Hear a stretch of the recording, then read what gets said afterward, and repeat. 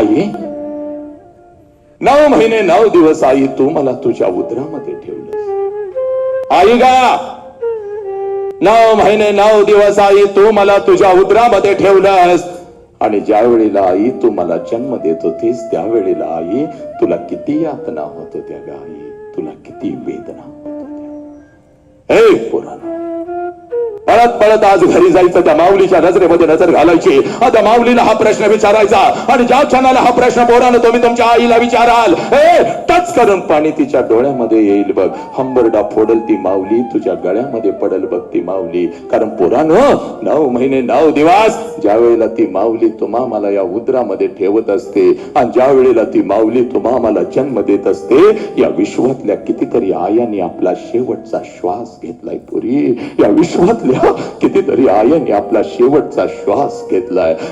ती हंबरडा फोडत असते, ती टाचा घासत असते. ती हंबरडा फोडत असते, ती टाचा घासत असते.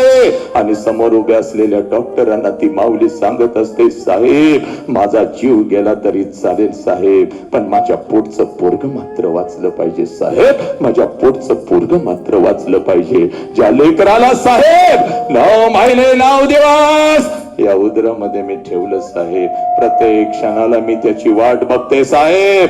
कधी एकदाच हे लेकरू माझ्या उदरातून माझ्या तळा हातावरती येतं आणि कधी एकदाच या लेकराला मी डोळे भरून पाहते साहेब. त्या लेकराला मला नाही पाहता आलं तरी चालेल, पण माझ्या लेकरानं मात्र हे जग नक्की पाहिलं पाहिजे साहेब, माझ्या लेकरानं मात्र हे जग नक्की पाहिलं पाहिजे.